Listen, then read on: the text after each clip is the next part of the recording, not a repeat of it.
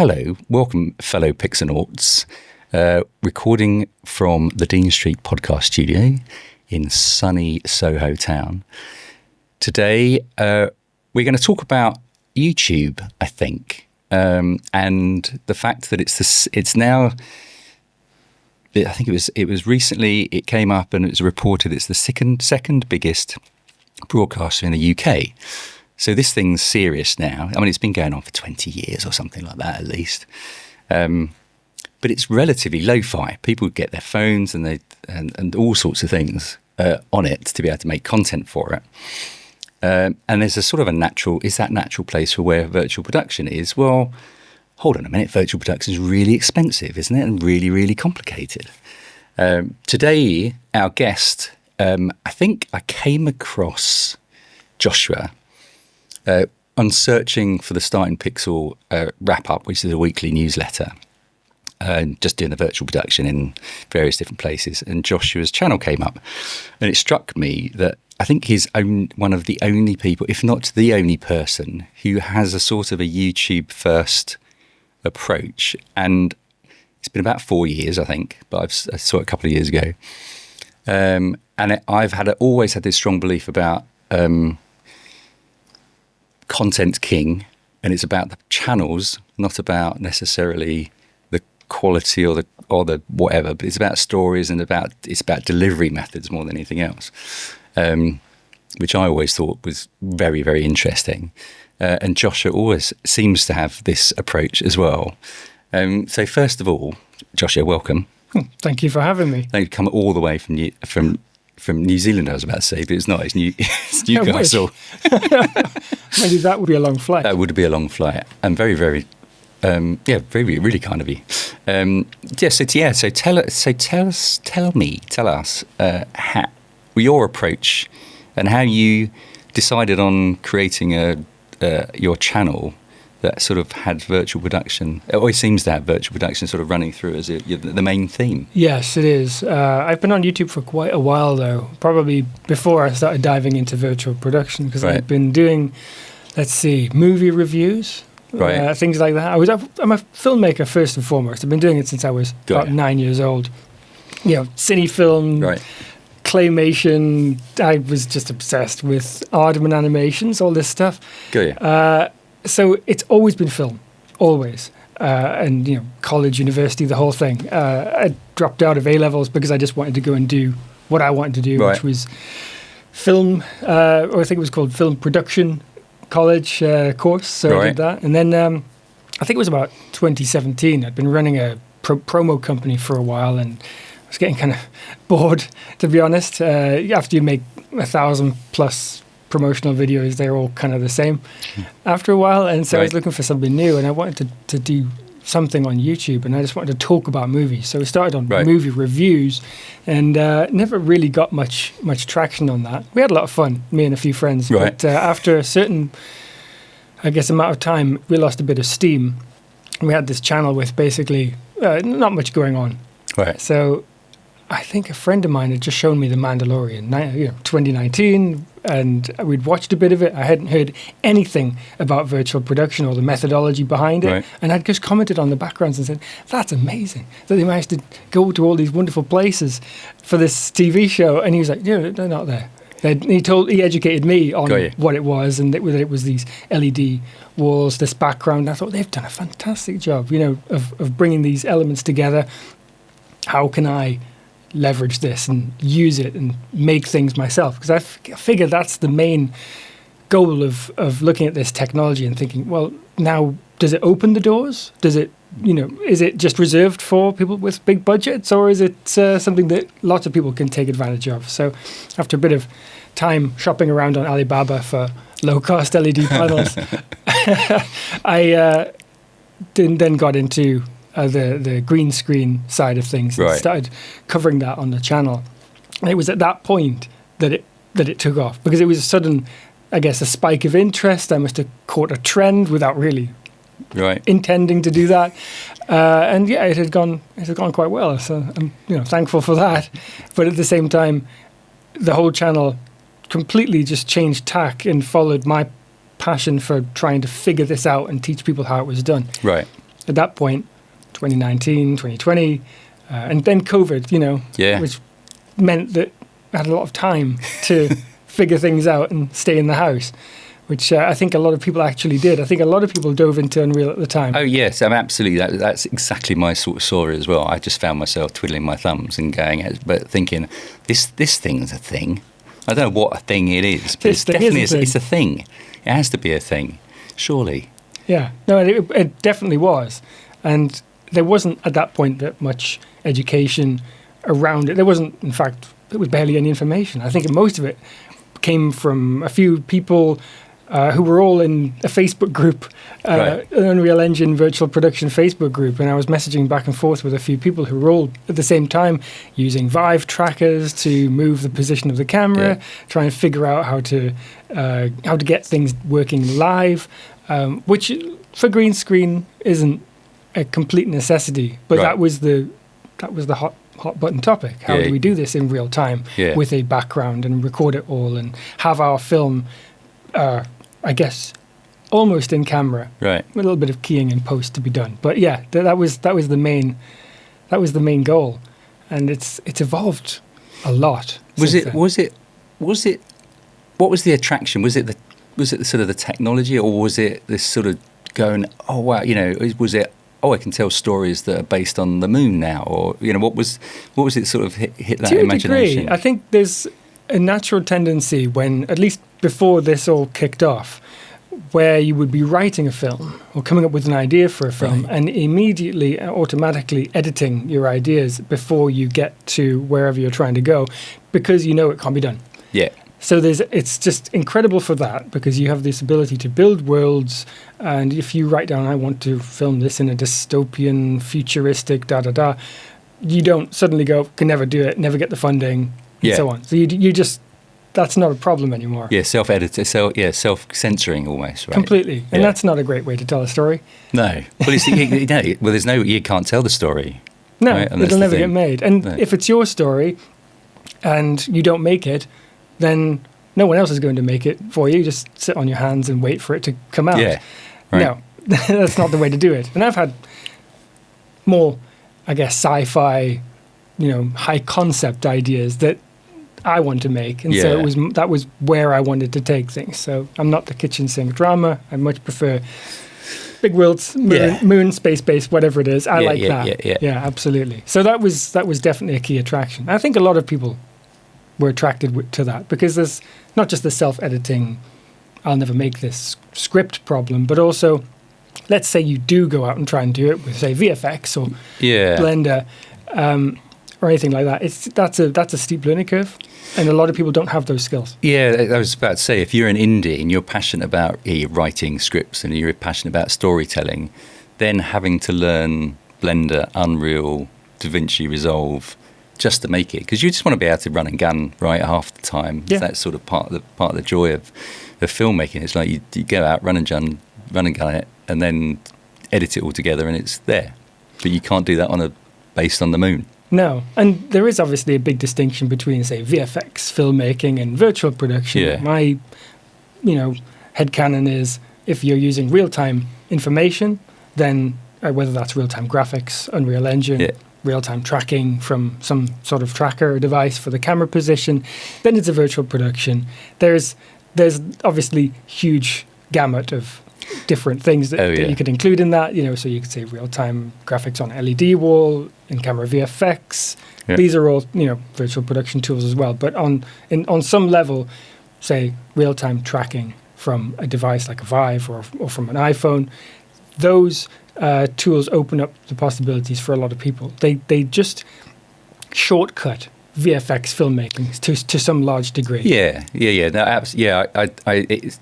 A penny sort of dropped a few months ago about it, and it gives what I thought it was the fact that it gave Ella's coming in. Hiya. Did you bring treats? Oh man. And it's sort of, there was a bit of a penny drop a few months ago, because I've always been struggling with actually what is virtual production. We've got the big challenge is most people, when you talk to them, you say virtual production, they go, oh, big LED wall, that's what it is, right? And it sort of struck me that in my head, it's like real-time direct. You're able to direct VFX real-time. So a director, or the above line people, are allowed to be able to do that real-time. So you've got, and if that might be moving a tree, it might be just directing the actors, might be getting, movement, or all these kinds of things. But you're able to do it live on Mars, rather than it being, we've got to try and imagine all this stuff and then go off and, wait 3 months for everyone to be able to work it out and then be happy or not be happy. All dependent on budget. And that was in my head. It was like, oh yeah, no, that sort of makes sense. But the interesting thing is the interesting thing. I always say that word. I've always thought this lo-fi way of approaching it and getting lo-fi right has a huge opportunity as well for storytellers and indie makers, because inevitably the tech's going to get cheaper. It's just the way of things, isn't it? Right. I mean, what year was it? 2009, 2010. 5D Mark II and all of the DSLR revolution that followed, all these things. I was there for that, and you could see all of the big productions with their big cameras, and people suddenly, oh no, you can use this. It's much smaller, it's lighter, it's cheaper, and a lot of people suddenly had the ability to do X, Y, Z. Yeah. And the same thing happens now with virtual production, and maybe possibly with AI as we move forward. We're not sure. That's all being worked out right now. Right. But at the same time, it's a question of how do we make things easier for creators to make what they actually want, and virtual production allows for that. And then the technology is even pushing further forwards in virtual production. It's not just static. Oh heavens, no! I mean, no, because the other thing is that you've got so many different parts of it. You've got, and whether or not AI is around the creative, whether or not it's helping you write the script, whether it's helping you do the edit, whether it's helping you do, production, all these kinds of things that it can help with. But then you've got camera technologies changing, and then you've got keying technology and LED panels changing, and, the sensors on cameras changing, and then the way you move data around is changing. Yeah. All of these things, like a constant flow. It's not just one thing. It's not just AI that's coming along to be disruptive. It's not just a camera that's suddenly gone from video to digital. It's the sort of the entire gamut, which is everything is a challenge. Advancing. Absolutely. And I think the big question is, AI is a real weird taboo subject, but it's not all about generative make a picture with this. That's not what it is. It's an umbrella term for a whole bunch of different things. Right. For instance, you wouldn't have Magic Mask or Rotor Brush without some sort of machine learning. Right, absolutely. So these are great tools within software and built into a pipeline that already is being used by artists. That makes a lot of sense to me. Totally. And and we were talking about it the other day, actually, on the creative side, whether or not it's just a blip anyway, and it'll never really come up to what we all imagine, a bit like, I don't know, VR headsets, are they ever going to really ever be a thing? And are you ever going to walk around with contact lenses that talk to you? I mean, I can see some people doing it. It's been touted for a lot of years, but it might just be one of those things which eventually does or eventually becomes something, but it's maybe still way off. Yeah, or 3D TVs as well. That was like a big thing, big TV. We've invented this 3D TV thing, and everyone watches it and wore these glasses, and it's like, actually... I was about when cloud computing came along, and there was, so the uproar about that kind of thing.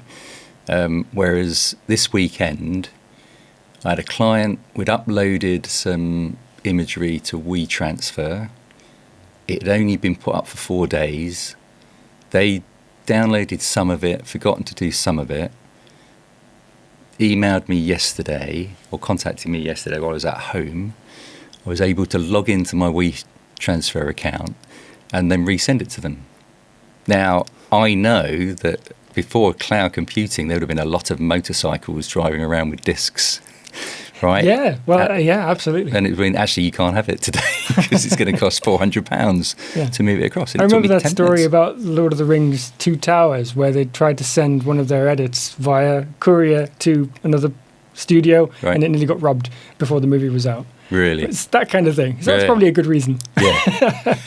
But at the same time, you're right. I mean, things have advanced to this degree. And I mean, currently I've got my home computer on at the moment, and I can now do edits on DaVinci Resolve via my phone just by, it's not exactly user friendly, but I can remote log into my computer and do whatever I'm working on. It's pretty nice. Yeah, absolutely. It just and it is the fact that you're not having to race home or race to do something to be on a particular area. You can literally jump onto things.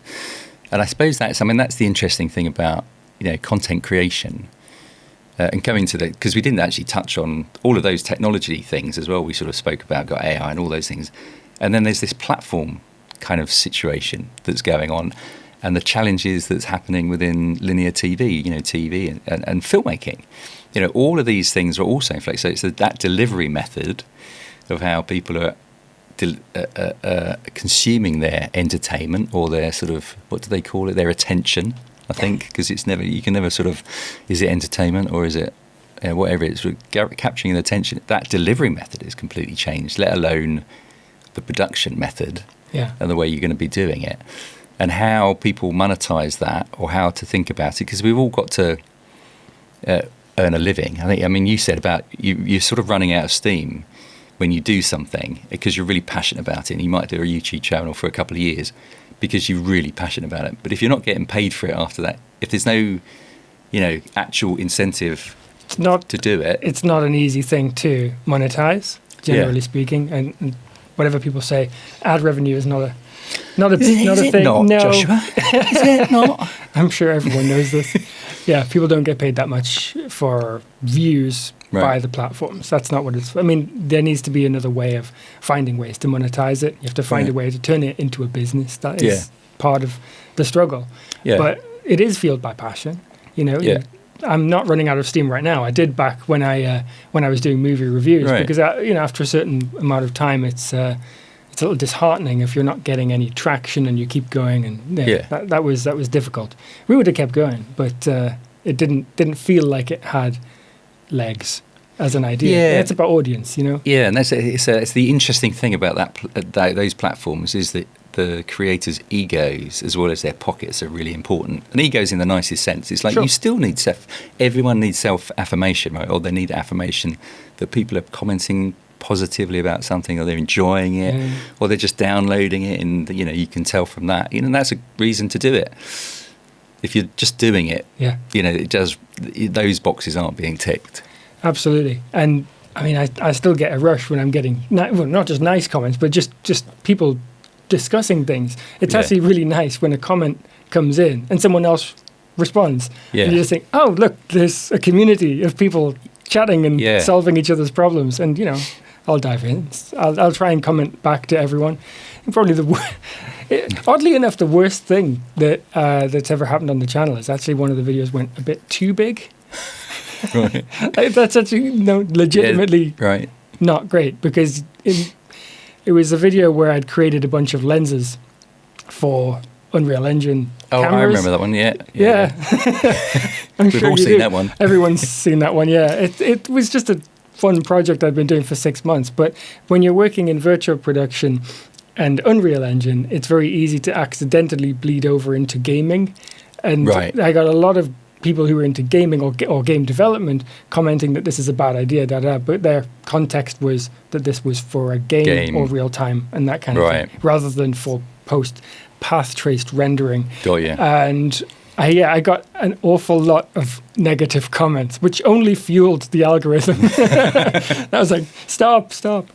Yeah, it's one of the challenges about virtual production is actually it isn't particularly well known as a thing still. We've been talking, it has been going on for years and years and years. I guess if you look through the lens of it trying to do real-time VFX, so James Bond sitting in a car with back projection and is moving about a lot.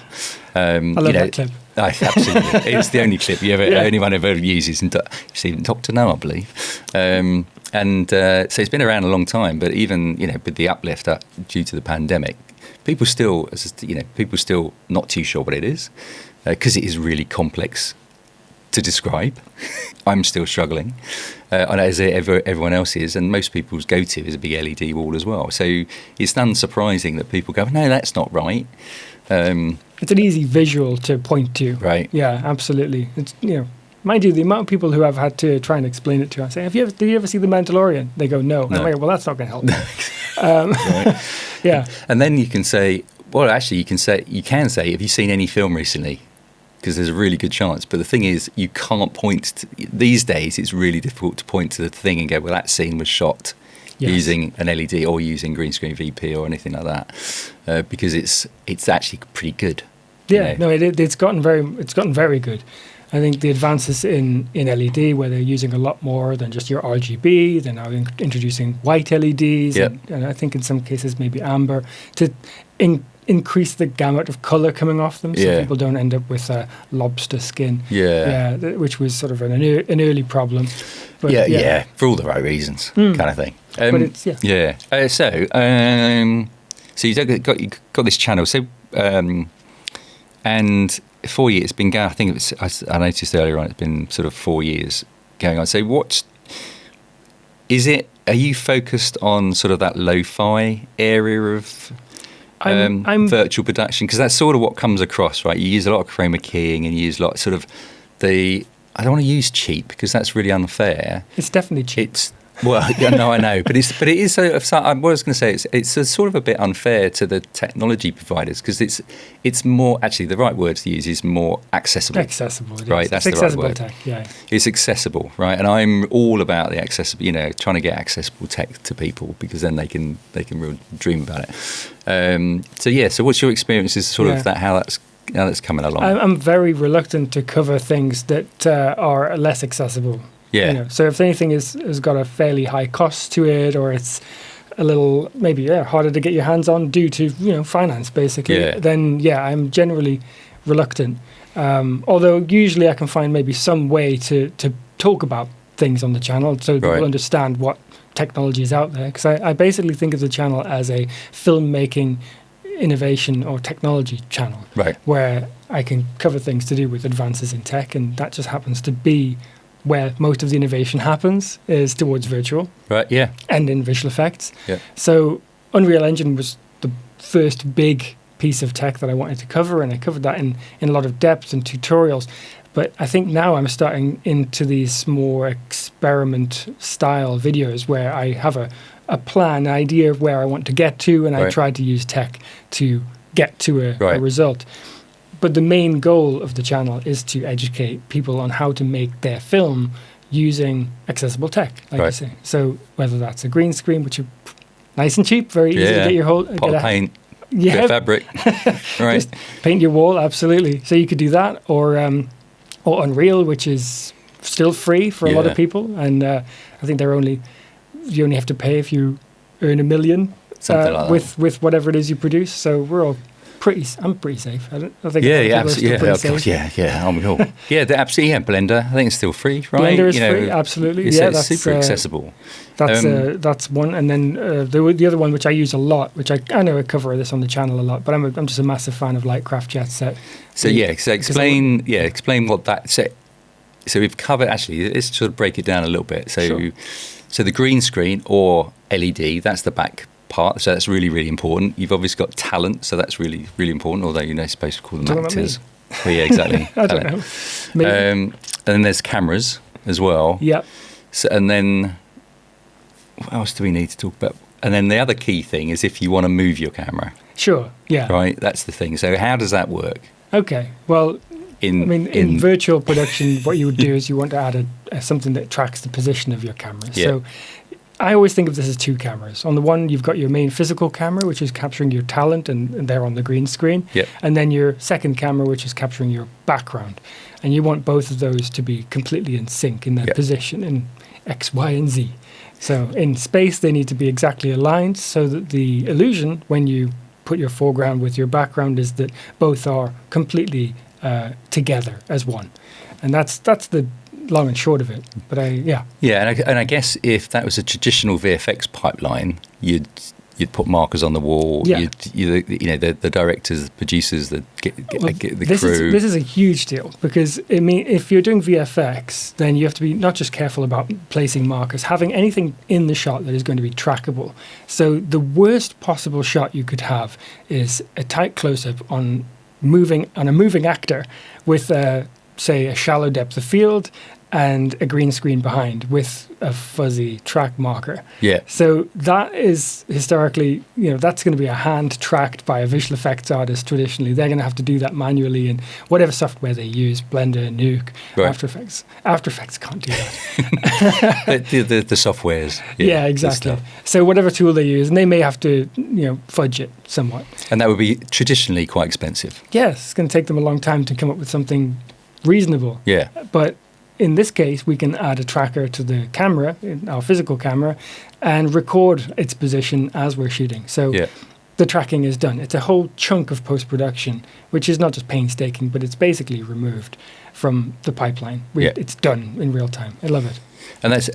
So the benefit of that is cost, but also directors, talent, everyone else can have a previs if they're shooting on green screen. If it's LED, they can see a previs as well. But it's effectively sort of they're trying to capture in camera, even though you never know they might do. I mean, green screen previs can be excellent.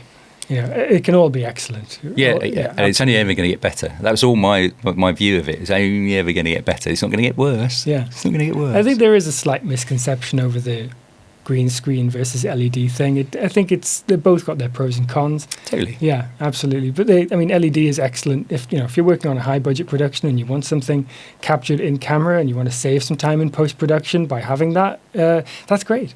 It just has that post production problem where you might want to change something. Well, and the other great thing about it is that, which hasn't been tapped into too much, is the possibilities of actually what you can do that you can't do any other way. So there was, and the typical one of this would be, a driving plate. And you could have the driving plate, which is driving plate is where traditionally you've gone out and filmed what the perspective of the camera would be against a car or a vehicle, and where that's going to be done in real time. So there's a perspective in that. You can then have a 360 driving plate, which then is a bunch of photography, which is films, and they all get stitched together so you can move your camera. You can have an Unreal version of a driving plate, which is quite good as well. But the great thing about it is that you're not having to shut off streets. You're not having to drive around anywhere. You're not, time of day, if it starts raining, all of these kinds of things. You're sort of in that environmentally controlled space. But what you can also do is that you can then move the camera around in ways that you would never be able to do it any other way. Yeah, if you're doing it virtually, it's a really, really big advantage. Not to mention that if you're doing driving plates, you probably have a car, which means that you'll have real-time reflections within the metallic material. So yeah, absolutely. Yeah, and then you can have image-based lighting, which is where basically, so if there's a blue light flashing because the police have just gone past in the LED ball on the driving plate, you can then have actual physical lights of blue flashing into the faces of the talent. So it actually looks as if they're in the same place as well, which is pretty awesome. Yes. And then what you can do is then you can do weird stuff with robot arms as well. So you could actually just have the robot arm with the camera go through the actual cabin of the car as well, which you could not absolutely do ever in a million years with a physical camera on a low loader. I don't know if this is the platform for this, but that is a tricky question actually, because then at the same time you say, okay, you could never do this outside on a street with lock off the street, you block it off, there's no traffic, and this move is the one you want. If you couldn't do it in reality and then you can do it in virtual studio space, does that give it away? Ooh, to the geeks of the world, absolutely. Because you and I'd go, I know how that was done. Yeah. But if it's true to the story, I think to your point a bit earlier on, actually, it's like now you're doing the YouTube and you're using the technology to tell the stories, whereas first of all you were sort of getting the stories and then using the technologies for the sake of it, which is always a dangerous thing. Yeah. Always a dangerous thing is to go, there's this new bit of shiny stuff, let's use that, and it sometimes doesn't look quite right or doesn't fit with the story because all of a sudden you feel like you're moving the camera in completely unnatural ways. Yeah, absolutely. It's really important because it's still visual effects. You need to be somewhat grounded. Yeah, but it's a good example of what can now be done. So that move for commercials, perfect. For music video, great. Yeah. It's the medium, isn't it? Yeah, and it's also and actually then that application of someone who's creative to what they have an idea of, which is also a really tricky thing to do because they've never really played in the sandpit of virtual production. So, simple things like having.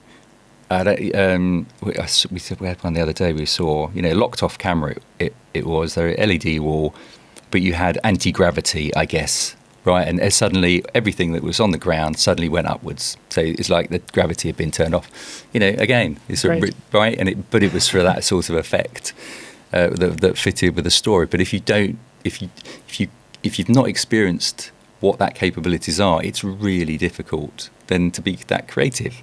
Does that make sense? I'm sort of to a degree. I mean, I will touch on this as well because when I first started with Unreal, and like you say, you get thrown into this big sort of sandbox, and you can create anything. That can lead to complete paralysis. Yes. Yes. Absolutely. Because I was in what I called what was it, development detour, right? Trying to figure out what I wanted to make by just making things and never ended up making anything except YouTube videos because I was just having a lot of fun playing and creating these whatever worlds and camera angles and shots and sending them to my friends and saying, look what you can do.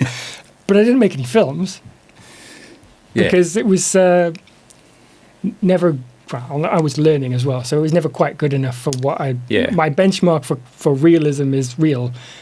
Because I've been making things with celluloid, 8mm, and filming out in the real world for so long. So I don't come from a VFX background. I'm just fascinated by it. I love it. Yeah. And so when my level is, it has to look real, then I really need to learn the tools properly to get them to that level.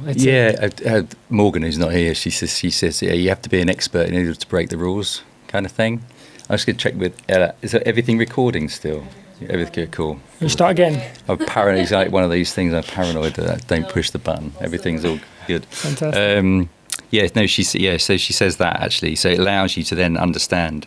And I've always been struck by the fact that a lot of intimate scenes, and I think to your point a bit on that shot close up, shallow depth of field. There's a lot of photography that, and they're relatively short. Takes as well. You can do a lot by depth of hiding things not hiding things with depth of field, but leaning into the understanding of it. Oh no, absolutely. Hiding things is exactly what you need to be doing. It's true because that's where all the tricks come in. We're going to throw this slightly out of focus. That edge between where the wall hits the floor, that doesn't look natural, so we'll hide it with a bunch of other more realistic looking things. Shadow. Hiding things in shadow. Oh, yeah. It's I think most of these things I ended up doing on the short film we made earlier this year. I say we released it earlier this year, the Mummy film. I don't know if you saw that. I'm not sure. Yeah, we made a film that, I am just a huge nerd for The Mummy from 1999. Oh, okay. With Brendan Fraser. Oh, yeah. The one I grew up with that. I love that movie good film. So much. Yes. Good film. It's good solid film. It's a solid romp. Yeah, definitely. Great music as well. And so I just always wanted to make something in a sort of, I guess, like a kind of tomb or some sort of underground cavern with a mummy and just kind of have some fun in that kind of world. So we made something, we shot it last year, around July, around this time last year, actually. It took about 6 months to do all the post. It's a long time. Right. Yeah. Real-time tracking. We built all the environments first. We had the environments running in real time on set.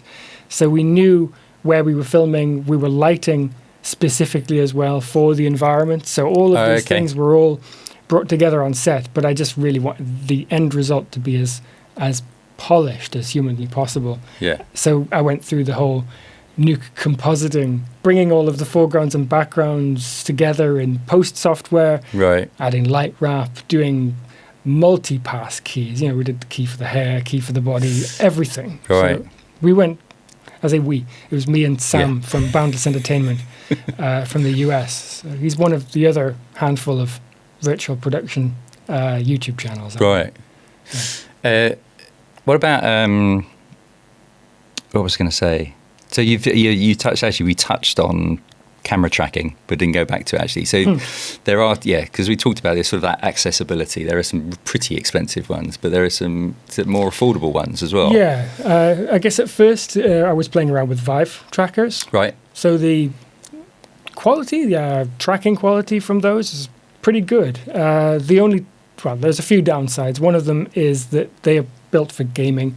So when you leave them static, they jitter. Right. So even if they're just completely rock solid on a surface, they're expecting movement. They're expecting you to be playing a game with them. So they don't like that. So they've been retrofitted. They've been retro used in order to be able to use the puck. So basically, if I remember right, I think they're actually. I don't even know if they have. I think they're just a specific kind of tracker that would be used on for gaming. But there was the. What are they called? The control pieces, yeah, those ones. But we're holding things in our hands or pretending. I don't know for what purpose the actual trackers were built, because they just existed. Yeah, I don't know. They've been around for a long time, actually. I remember there was a video a long time ago called "We Just Killed Green Screen," which was AR wall, which is the first time I'd ever seen an LED wall and live tracking. This was way before Mandalorian as well. The penny dropped like years later. Right. But they were using Vive trackers, and it just looked like magic. They were using. Yeah, there was the headsets as well. Oh, was it for the head? He placed it on his head so he could walk around an environment with maybe was it for the head, so you could have your arms and could maybe be. You stuck a puck on your head. And, okay. Yeah. So they existed, sense. But they don't like being still. Right. And then one of the key sort of challenges with tracking is within Unreal, they need to have some sort of relationship to the environment that you're going to be using in Unreal, the origin point. Yeah. So to try and set the position that is the origin for the Vive tracker was a little complicated. Yeah. If you wanted to move from one location to another, you're talking about dragging it around in the Unreal environment until you're in the place you need to be shooting. Right. And aligning it and making sure, it was a nightmare. I think we spent about 4 hours one time trying to really nail down how to have someone sat in an exact position in an environment. Right. And to do that for one shot was a lot of trial and error. So it was just it's not scalable. No. Can't take that into a full scale production or even a short film. No. No. So I've only experienced it a few times actually. And I think it's if you know what that capability is of, it's fine. And if you're able to be able to capture something that fits with that capability, again, it can work really, really well. But then suddenly, if you're asking it to do something it's not really designed to do, it's just going to work, right? But that's what you're doing. You're taking something that wasn't built for this, exactly, and then trying virtual to production, the biggest hack, and right? It is a hack. It's absolutely massive totally hack. It shouldn't work. Yeah, then I did start using Lightcraft Jet Set, which is the iPhone app. And I like it, not just because it's an iPhone and a lot of people have them, so it's very easy to talk about in the sense that you can say, you have an iPhone, look what you can do with this. So I like that for the channel. But it ironed out so many problems. So to explain a little bit about it. So you got an iPhone, you download the app. Download the app. iPhones have a LiDAR sensor on them. Well, that Pro and Pro Max, I think, have this particular sensor, which allows it to do real-time mapping of of your space that you're in. Okay. So it understands its orientation, it understands its distance to other objects, and they've used that information to do live tracking. So you place the iPhone on top of your cine camera, and use that to drive the position of your virtual camera, which is your second camera. So traditionally, camera tracking, you said they're sort of totems with Mars, if I remember rightly, and then you've got the Moses Star Tracker that's got points on the ceiling, the reflectors. Same with the other ones that I now can't remember what they're called. But this doesn't use any trackers. Yeah, there's similar, I think, to NCAM. TrackMan, NCAM. Yeah, and then there is another LiDAR one called Bliss, which is another low cost one, and then Anti-Latency, who had Anti-Latency. They had a floor mat, actually. And there's a retracker, I think. Oh, that's the Bliss. Is that Bliss? Yeah, There's a retracker. Sony's brought one out. That's new, and I don't know much about that one yet. But it is that kind of idea where you can use LiDAR. So Bliss is LiDAR sensor, kind of like a real sense LiDAR tracker, but they're using something that everyone has in their pocket already. Yeah. So that's quite nice. Right. Yeah. So as long as you got one, otherwise, I mean, to go out and buy one, it's quite expensive just to do that. But I suppose you to the side, you've got an iPhone. Yeah. But as amongst other things, it sort of takes a lot of the other problems. It's not just a tracker. And I always start with tracking because it's the easiest way into talking about, virtual production in general and what the big advantage of having tracking is for VFX filmmaking. But the other parts of virtual production, which are kind of tricky, can be real-time preview. That actually can be very, very tricky, especially on low budget end, because you don't have real-time keyers as such. Not everyone has an Ultimat, which is in their pocket, kind of thing. Not really. I mean, there's keying options within Unreal itself, but Unreal can be quite clunky when doing these things. So it does have a sort of preview on the Lightcraft app, which has a fairly good keyer. It's not like your end result key. It's just so you can preview. So previews. Okay. And you can load in your Unreal scene to the phone as well. Right. Which is kind of how you use that for real-time preview without latency. So it's all happening real-time on the phone. Got you. Which is quite a nice thing. So as a camera operator, you're looking effectively into that as a director as well. Up until recently, it was that you were looking at a sort of preview comp with the geometry you've loaded into the phone, and it was using the iPhone camera as the to show the talent keyed. Got you. So it wasn't exactly your framing. It was slightly offset because the phone is slightly higher than your got you. Okay. Until maybe NAB this year. Now they're piping in the Cine camera directly into the phone. Oh, really? Yeah. So it's a literal one-to-one, which is great. That's pretty cool. Yeah. So he doesn't use the camera anymore. He uses, or he can do, I guess. But you can also exactly. You can take in a feed just into the USB-C port. Exactly right? so. But even then, you don't have to use a Cine camera. Because you could just use the phone. You could just use the phone. Right. If you're working on on the low end, or you just happen to have the phone, but no, you don't have like a DSLR, you can still do things. Or you could, or I guess for virtual scouting, things like that, right? I guess that's another thing. 100%. You can frame for directors to frame shots, all that kind of stuff, an incredibly low entry point, and an entry point technology wise as well. Because one of those, everyone's got an iPhone, download an app, we've all done that before, but then sometimes the setup of it can be really, really quite complex. Oh, yes. To get all that kind of start. So it's still a difficult entry point, knowledge base wise as well. How's that for something like Lightcraft? I find it's good. I think it's one of those things where to first dive into virtual production, people need to understand some of the terminology, some of the foundational basics before they start thinking about how they're going to use an app to do that. So there's that understanding of, okay, so I need to have an environment, I need to open Unreal, I need to have something that's going to be where my characters are going to be.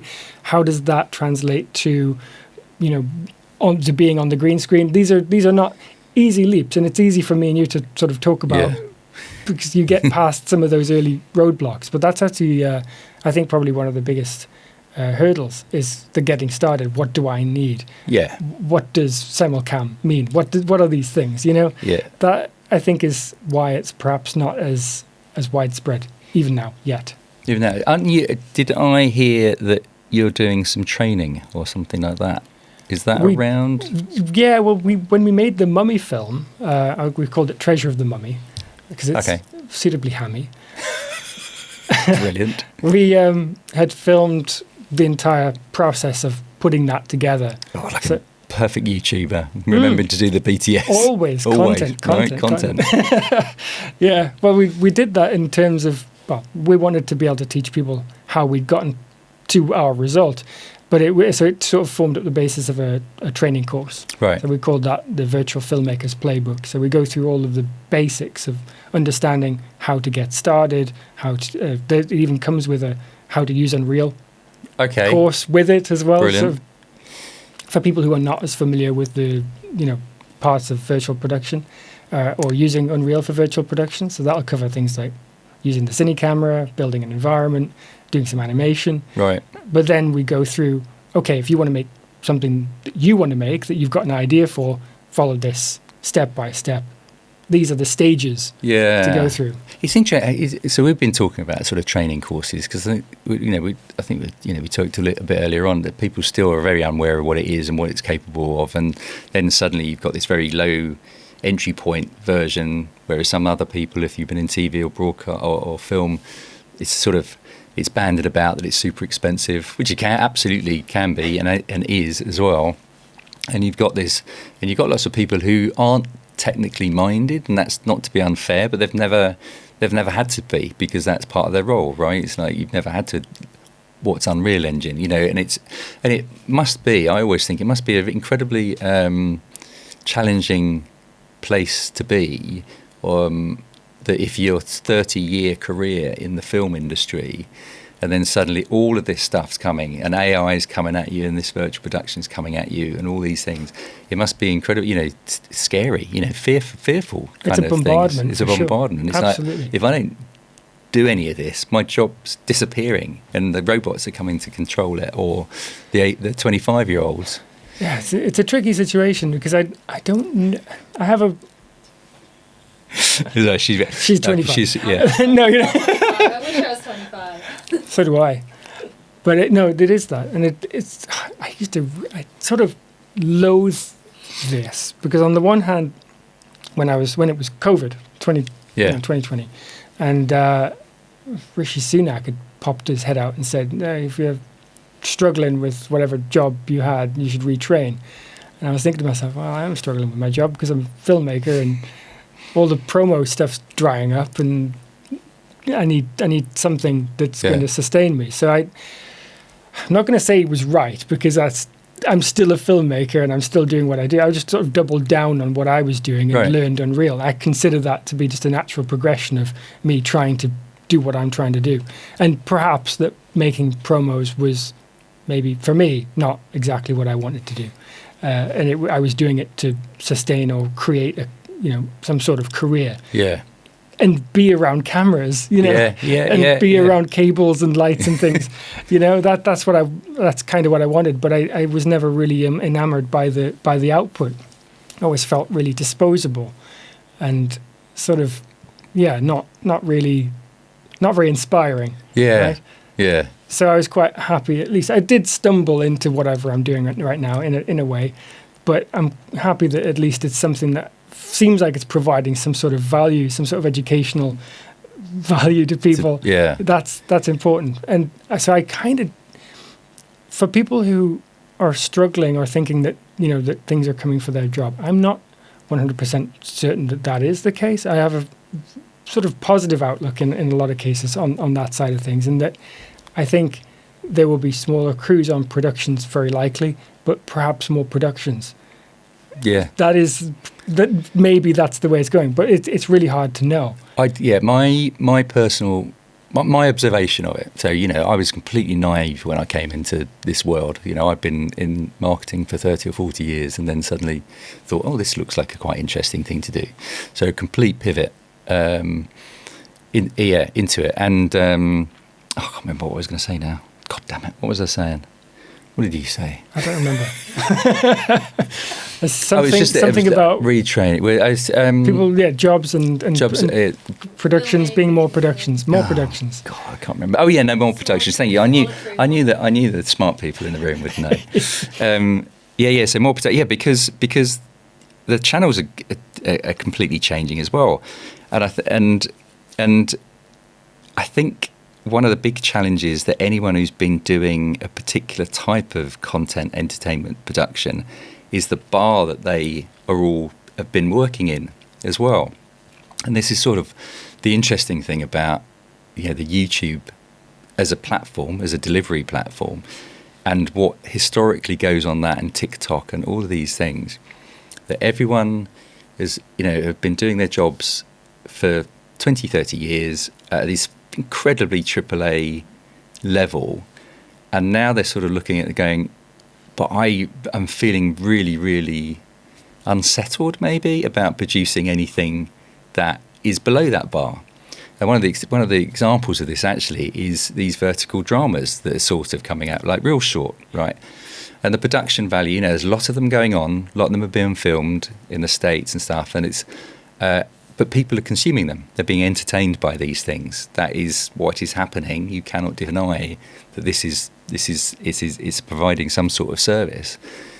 But it really sits very, very badly on anyone who's been creating AAA films and high-end TV, because it's just not their wheelhouse, and they find it very, very jarring as well. And it's, you know, and when you look at YouTube and TikTok, and you know, people getting an awful lot of views, you know, just with using an iPhone, but that's capturing attention, that's entertaining people. Yeah, it's like, that's really challenging, I think, as well. It is challenging, and well, I've struggled to get into vertical myself. It's like, why? Yeah, it's a slightly different way of telling a story. I like the long form, whether it's tall or wide. Maybe that's not the big distinction, but I like 5, 8 minute, 10 minute videos. Right. I'd much prefer to watch one of those than get sucked into some shorter, up to 3 minute, right, and highly produced. You know, to grab your attention. They're very, very good at it. They are. Yeah. But I find it a struggle actually to get into that. Yeah. Yeah, but it's there. That's the thing, right? But I am kind of, you know, getting on a bit, and it's the only way that I've, you know, known things is to watch a certain type of content. Yeah. And produce a certain type of content, especially. So to start changing. There was a talk a long time ago. Someone said, this was like 10 years ago, maybe more. And he said, soon we'll all be getting our cine cameras and just turn them around. Yeah. Thankfully, he was wrong, because people still don't turn their cine, but they have a phone and they will use the phone for that. And it's, it's not my way. You know, no. I've been trying it. But it's the way, I find it incredibly driving, in actual fact, to find a new format and then try to work out what the secret sauce of it is, actually. So we shot some, and I'll send them to you, actually. We shot some comedy where Ella actually was one of the stars, and we shot, I think it was 5 or 6 skits, all based in a PR company, and they were all, we shot them, so we did shoot them 16:9. But what we did on the monitors, we had basically them blocked off, so everyone was framing to it. But if we knew that if for some reason the camera moved or they came out of shot, we could just shift the vertical, the 9:16 frame within the 16:9 frame. And we shot them all in a day, all reusing virtual production. Some of it was a bit dodgy because we hadn't, you know, it was all a bit of a proof of concept kind of thing. But I sort of. It was just a really interesting experiment to go, actually, is this a thing? How can you do it? How can you make it more efficient as well?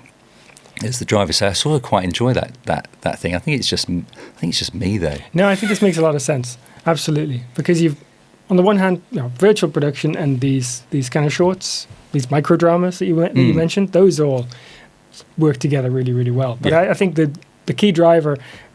It's not about different kinds of content and finding new formats. People are always trying to find some sort of new format, especially if they can find something that works and they can mine it a bit. That's good. Yeah. But it's about the audience and what kind of content you're making that and in what format that's going to work well for that audience. So skits, perfect for these verticals. There's loads of people like audiences are out there for comedy. And quickly getting a sort of, I guess, a dopamine hit off of getting a laugh, you know. So that makes a lot of sense because you can consume a lot of those. Yeah.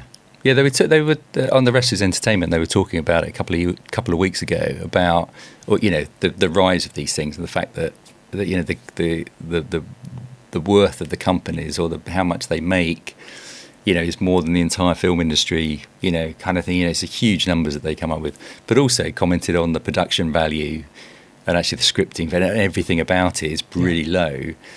And then one of them then turned around and says, "But that's only going to go one way, right? Once creatives, once drivers, and it might be 8 minutes rather than 3 minutes that work in the UK. But that will work its way out if it's seen as commercially viable. It's an interesting thing because things may be getting slightly restructured, film budget and content wise, because you've got the micro dramas that are working, and you can argue that they are low production value when you compare them to TV and to other things. When you're mentioning, for instance, YouTube, I think has more minutes than most of the other streaming platforms like Netflix and Disney sort of combined. Oh yeah, I can imagine. It's crazy, but it's a different kind of content production. So mostly amateur, but there's some of the larger creators that have studios, basically. Yeah. The Mr. Beasts of the world, the Mark Robers, they've got full studios and they can create very high production value stuff. But that's not the majority.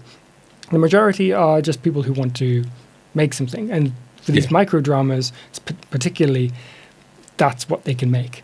So it's possible to increase the production value, but they're probably not going to see a great return for increasing the production value of those pieces of content. I don't think that that's going to result in more views necessarily on that platform and in that format. Yeah, interesting. Yeah, but that doesn't negate the quality necessity for TV. And for other things, I'm saying that is a format in of itself. No, it's just my mind's going round about how I would see it as a media player, as sponsorship and advertising kind of scenario as well. Because if you're not, and you mentioned early on in the podcast, like actually you don't make much money, if any money, from your YouTube, but you still get a lot of hits. And there was some guy on TikTok the other day talking about resetting at the beginning of the month and whether or not he gets more money based on if it's in the monthly cycles and how the algorithm works. And it's like, that's too much for anyone to get to think about having a career based on monetary input from an algorithm kind of thing. You need to be able to, I stopped looking, basically. So if you've got to pay the mortgage, you need to know you're getting the mortgage to, exactly. The coverage kind of thing as well. It's about coming up with something that you think can be valuable to people that you can upsell, I guess. Yeah. So for some people, that's t-shirts and mugs. For other people, it might. Well, for me, it's a course that I mentioned. Yeah. That's one of the ways that I can support and sustain making more educational stuff. Right. So it's not a big living, but it's a living, and it's a straight to the customer. Here's what I think you could use and might benefit you, kind of thing. Yeah, and I wonder whether or not we need to grow a bit of more of an entrepreneurial spirit in the UK. Maybe it's just a UK challenge. I know we're always challenged about us being not particularly productive as a country, and just appreciating the fact that you got to hustle. You got to hustle. You got to work stuff out and work. It's a little bit daunting coming up with something, even if you have an idea for whatever it is that you might sell or that you might take to people who follow you and say, listen, what about this? That in of itself is a daunting thing, because you feel, what if they don't like that, and what if it's not as good as I think it is, or this kind of thing. It's a worry. Yeah, that's a legitimate worry. Absolutely, yeah, because you don't. Again, goes back to that affirmation side of things. No one wants to be sort of told no. Yeah. Right, or that's ridiculous, or don't be silly. But likewise, if you have a real belief in it, that's the core thing. Yeah, it's like, right, exactly. How much do you really want it, right? Yeah. How do you want to do this? There's a lot of rubbish stuff out there that people try to sort of bang the drum for and hard sell. Yeah, so we don't want that. Yeah, interesting. So you're doing you got the course. What else are you up to? Yeah. Oh my God. Well, I do a lot of work with MR Factory these days, actually. So they're based in Madrid, if I remember rightly. So they're like a really innovative studio, because they're always sort of testing the barriers, the forefront of tech, and trying to integrate things. So that's Oscar, right? Oscar, yeah. Yeah, good man. He's wonderful, yeah. But he's been amazing to me. He's been sort of nice enough to let me in, and we're now working together on innovation and looking at what we can do with whether it's AI or other technologies. So we were just testing CyberGaffer recently, which is it's in their studio. Anti-latency? Yeah, it is. It's anti-latency, yeah. So their solution where you can, you deploy a lot of lights. So it's a big studio solution rather than for the indie side. So my channel is, all indie, and on the other hand, I'm testing this stuff in this really, really state of the art. Well, it's crazy. But it gives you a bit of an insight of what's coming, right? Because things do tend to start at the top and then sort of trickle down, right? Yeah, there's always the miniaturization. So if you're working on so if you're working on the sort of cutting edge or the bleeding edge, whatever it is, that's not always big, expensive, tech. No. CyberGaff is this thing which requires a lot of lighting equipment, but it does an incredible job of lighting talent to match a virtual background. Okay, right. So it reads all of the light from an Unreal environment and then illuminates the studio exactly. Right, got you. Kind of like an HDRI, but for people, So that's not relying on a DOP to try and work out. Well, this is the interesting part. The DOP still should be involved, but for sure. The role is different because you end up being a DOP and lighting within the virtual. Yeah. And then that translates to the studio. So there's not a lot of moving fixtures around. Well, that's one of the big challenges with virtual production. It can be who's responsible for the lighting in an Unreal scene. Is there a gaffer? Actually, who's the virtual gaffer as well as the actual gaffer, because it's his job after taking instruction. I mean, from you the would DOP. imagine so, because in the case of what we were doing in Madrid, there is someone who needs to set the lights in a position. They need to be aligned as such that it's going to work. So there's certainly going to be the need for people to do that. It doesn't. And you can name your project. Maybe the name CyberGaffer gives it away, right? I don't know. I don't think it doesn't remove a role, but I do think it maybe makes people think, oh.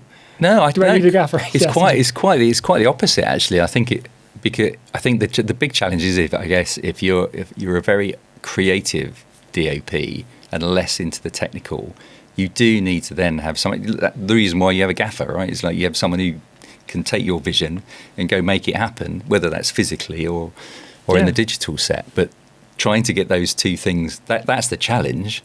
You're right. It's like sometimes you can watch some bit of VP and it's like you and I and a bunch of other people go, that wasn't done very well. Yeah. And that's really hard to do in post as well because it's in camera. You have to get the lighting right. Yeah, it's all about 3 rules of virtual production, right? Lighting, lighting, and lighting. It's everything, absolutely everything. Because we from the very early days, trying to get the lighting to match an Unreal environment can be an absolute challenge. Yeah. Mainly because it feels kind of nebulous at first. Like, what am I measuring against here? Am I just eyeballing this? What am I supposed to do? But we did do a bunch of that on the Treasure of the Mummy film. I took it down to the nth degree of the lux readings, right? Because you can get those from Unreal. Right. So you can throw in a gray sphere. Okay. Yes. Into Unreal, and you can take lux measurements within the engine. Right. And then you can do the same in your set with a grey sphere or card or something. Yes. So you can actually get a 99%, 100%, whatever it is, match between the two and continue to film. Yeah, we my fix for that was a white sphere, polystyrene sphere that we painted white, and we had one dangling from a fish wire and another one virtually on actually just hovering above a white table. And then you could actually see all of the shadows at the same time as well. Clever. Because you couldn't. It's impossible to do it, and yet you need that. I guess that trigonometry guide of those lights to be able to work it out. Otherwise, you said, "What am I looking at? This isn't right. Something's not right about this, and I cannot work it out." Because unless you know it. But this was that was one of those. It takes simple tool. Yeah. Oh, 100%. It takes those measurements to know exactly whether you have a match. It's a weird relief to suddenly look and go, right, I can see the measurements. Now I know exactly that I have the match, instead of just being like, it doesn't look right. Why? Yeah. But so if you have the tools, you can be done. It's one of the virtual production, something that would have been invented if engineers, and actually they were asked to invent filmmaking with the pandemic, right? And it's not that creative. That's the shot I want kind of thing that actually a lot of filmmakers have passion about as well. So let's walk in again. This isn't working. Can we do it over there? Kind of thing. That's really difficult to do with VP. Yes, well, it can be unless it's set up to. It can definitely be more flexible, but I feel like it's much more flexible than it was. So much more, and it's only going in that direction. My ultimate goal is that it's just the same as picking up a camera, and to start getting some of the tech out of the way a bit, so it feels a bit more effortless.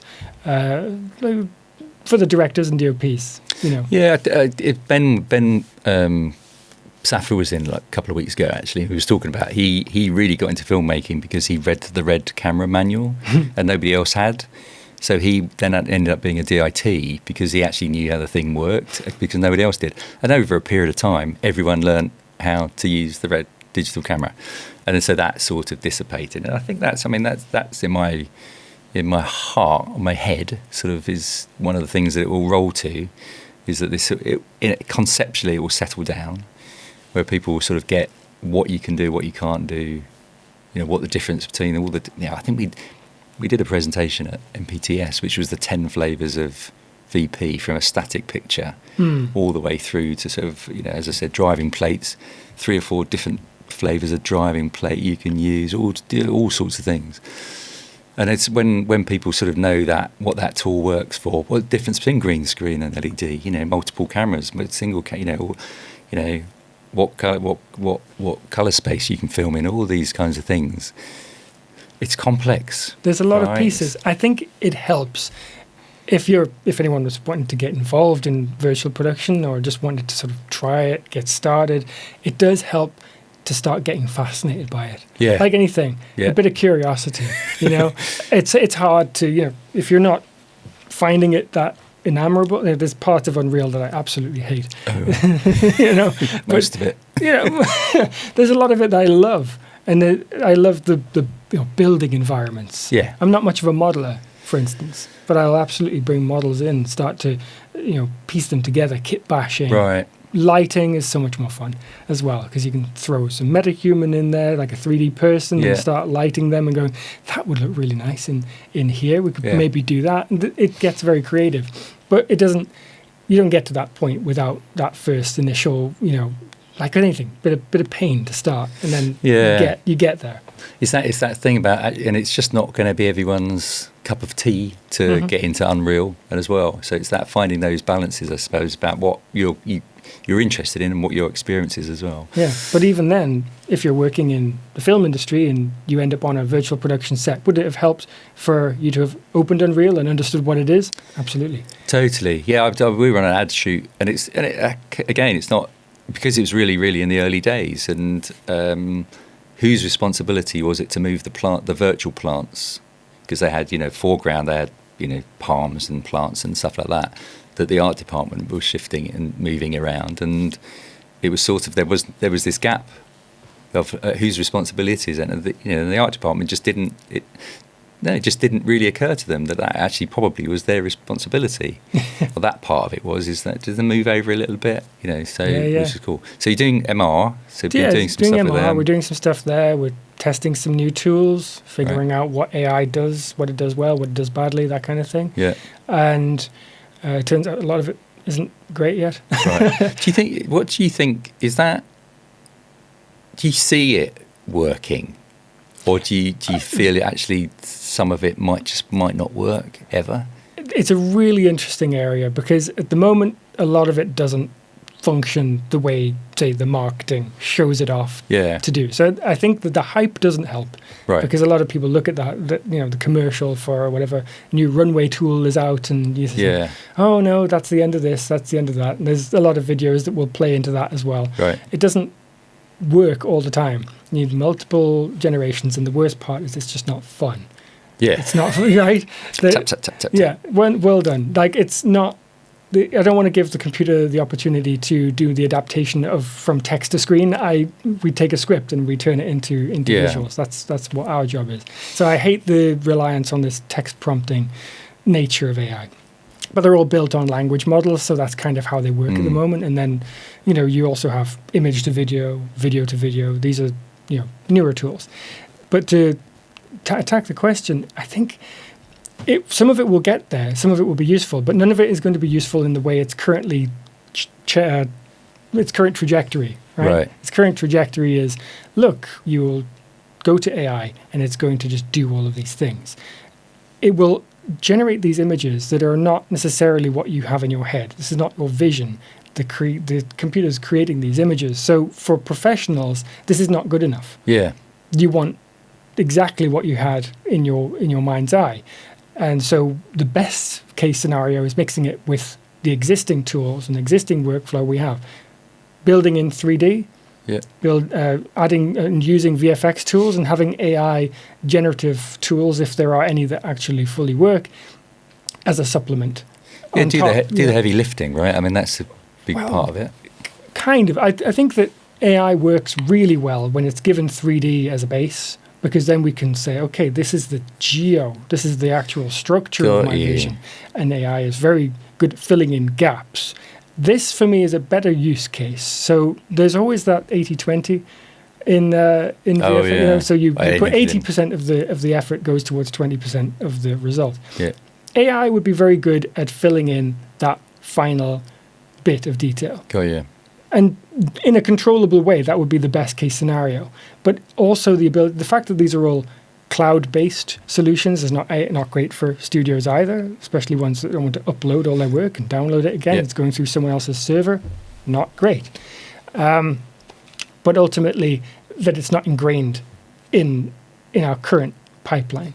If it wants to be part of the film industry, then it needs to have and talk to our tools, because actually it works better with them. Yes. That's my view on it anyway. But we're getting there. Some of it will get there. Some of it will be useful, but not in the current sort of get whatever you want back by typing it in is not the way. Well, exactly. The hype of virtual production was that it was going to change filmmaking forever, ever and ever. And it's like, and that hype sort of, once you realise and everything's settled and yada, you can work that bit out. Well, to that point, all of these things are just additions to a tool set. At the moment, AI is not as much a tool as a model. Yeah, it needs to be a tool.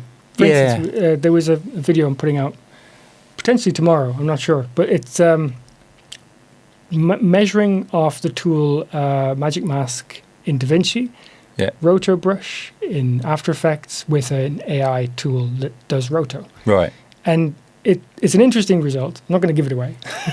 But the main takeaway from that is that you have these two tools versus a model.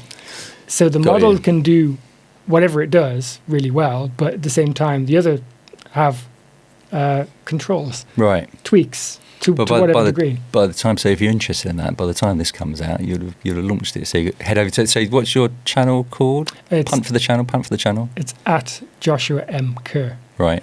Fabulous. I did the M so that it was, because there's another Joshua Kerr. He's a surfer, and that's not me. You're not you? No. Right.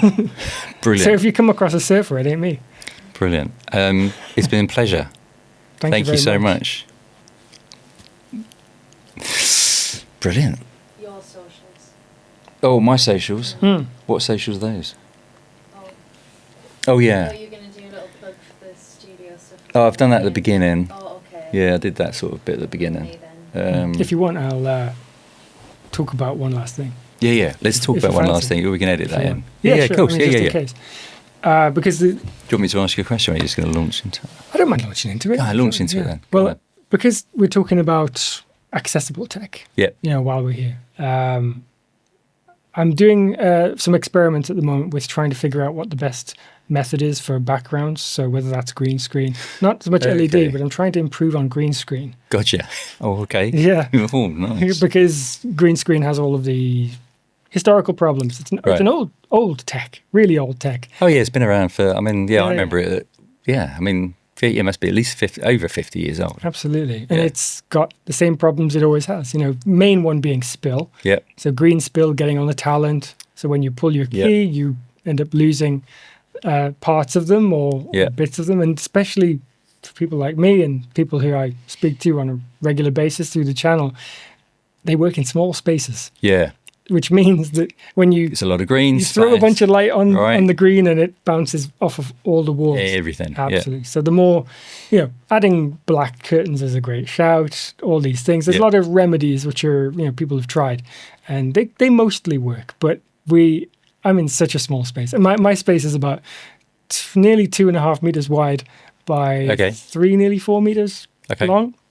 So that's it's an upstairs bedroom. There's nothing. Nothing so it's a bedroom, right? And then when you add in a couple of light stands to light the green screen, you're like a foot in from there, so you've got nothing. The Mummy film we did, the actress Michelle, she had about 1 meter squared of movement space, right? Which is, so she's like pretending to run. We had a treadmill in there. Right? So I'm trying to reclaim a bit of space, and good luck.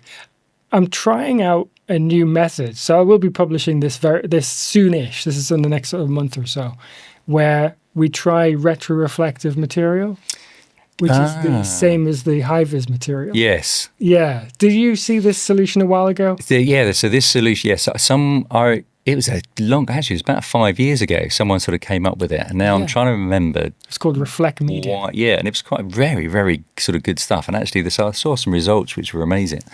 But I can't remember why it didn't catch take fire. off. Yeah, exactly. There was a few issues with using it. One of them was you needed to be right up against the background. Otherwise, you'd end up with a dark halo sort of around the edge of the person. It's because they had a ring of LEDs around the lens of the camera. That's right, yes. Yeah, and so the problem is that these LEDs are all slightly offset from the exact position the lens is filming from. So you kind of get this. It's a shadow being cast directly from the front. So you end up with this shadow. It's an interesting solution. We're about to sort of sounds fun. Maybe solve it, but it's absolutely fascinating. And that would be for post-production, right? Yeah, so post-keying. So you luma key it. You could no. So it's green. So you still light from the front using a green LED. And so the retroreflective material bounces that light off of the background and then back into the camera. Okay. So it's a live key. Right. It can be done live.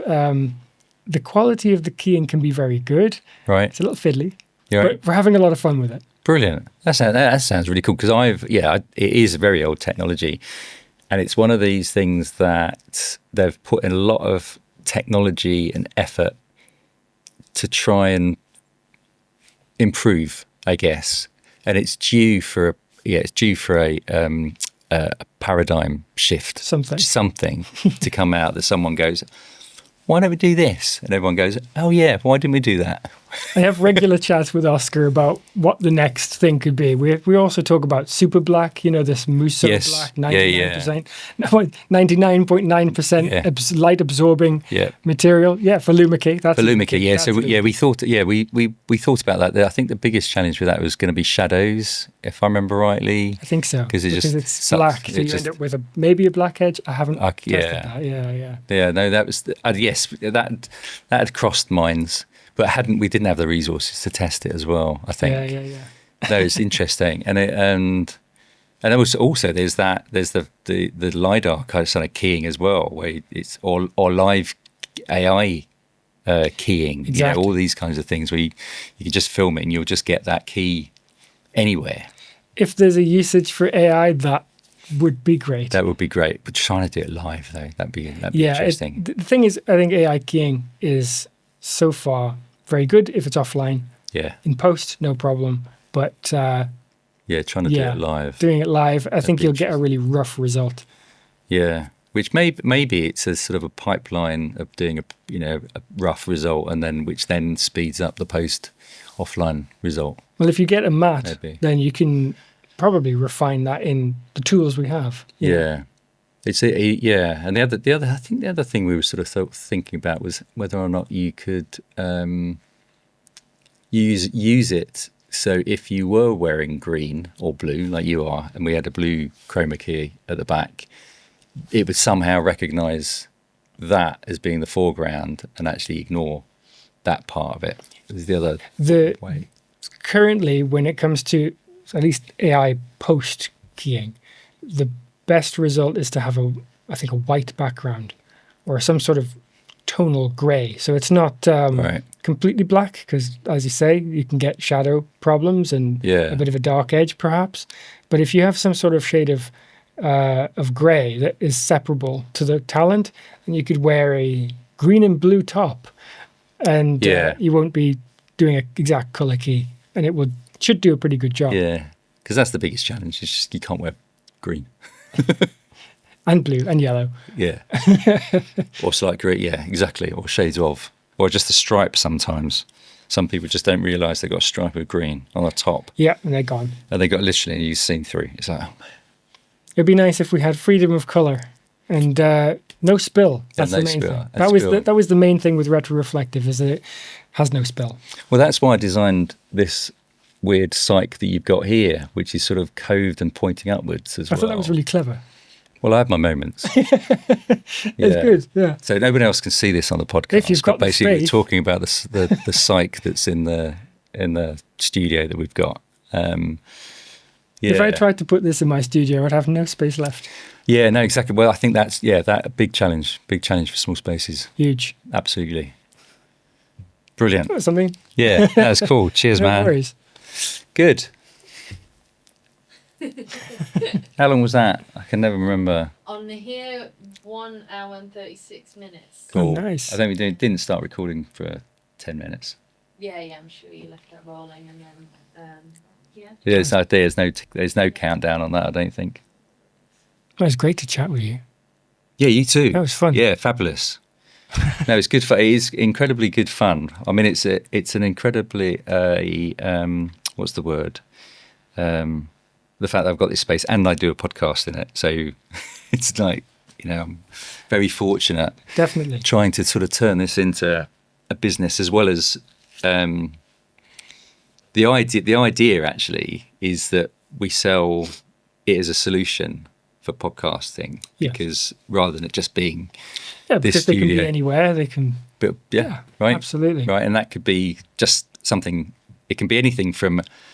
We had, I think, one of the sets that we've done is just some colour, just a plain of colour, but it actually looks really good because it's not just just a plain of colour. You can see there's depth to it. We've got some curtains that we made, so really, really simple curtains. You can go abstract. I think we've got one of them's a blue sort of swimming pool, an empty swimming pool. Nice. That just looks completely abstract, and it looks like some sort of weird, murder scene kind of thing. Or you can obviously, and then you can do anything. So we've got the obvious loft apartments and replicants of podcast, intimate podcast studios. Yes. And then we're starting to sort of integrate and then starting to build a small amount of VFX, like we were talking about earlier on, not going massive and going mad, but just doing little things that make it less uncanny. Like a little, the smallest movement of a tree or glow of a neon sign, just enough. Something that just little brain, the little yeah. reptilian side of the brain that kicks in and goes, oh no, this is, and it's almost not distracting, but distracting because your brain's picking it up, but what you're still trying to focus on is the face. Just someone in the really far distance, like a little metahuman, just working on something. Yeah, that kind of. We did this work. We did this test with Sean Keedney. He was a Radio 6 DJ. Yeah. And we did this test with him, and we did it in his pub. And we actually had a metahuman just walking outside, just walking by. Yeah. It does the job. It's not distracting, but it's like your brain goes, it's just kicking in, going, I'm in a live place. This thing's, rather than it being static. And we had lots of discussions around whether or not to use Unreal or 2D plates. Mm-hmm. And I really wanted to use Unreal because it brings a level of noise to the environment. Yes. That if it was just a static plate, it'd look like it paused. Yeah. And there's this. It's a weird thing. Even when you add grain to a static plate, something's just not right. Yeah. Yeah. I've never found the study. I've only ever been told about it. But supposedly there's a study of people being given two pictures, one of a static picture, a 2D just photograph, and the other one of a movie of the exact same scene. And which ones they trust more, and they choose the movie. Nothing, nothing's happening. All it is an empty room. Interesting. Isn't that right? It's Weird. like weird. something. Something Whether about that's the grain moving or something like that. So the movie was playing. Yeah, so the movie was playing. So like a thing, it's like not moving, like a but it's, template, 10-minute plate kind of thing of something completely empty, nothing moving in it, and then a 2D. Which one do you trust more? Very creepy. Most people chose the movie. Yeah.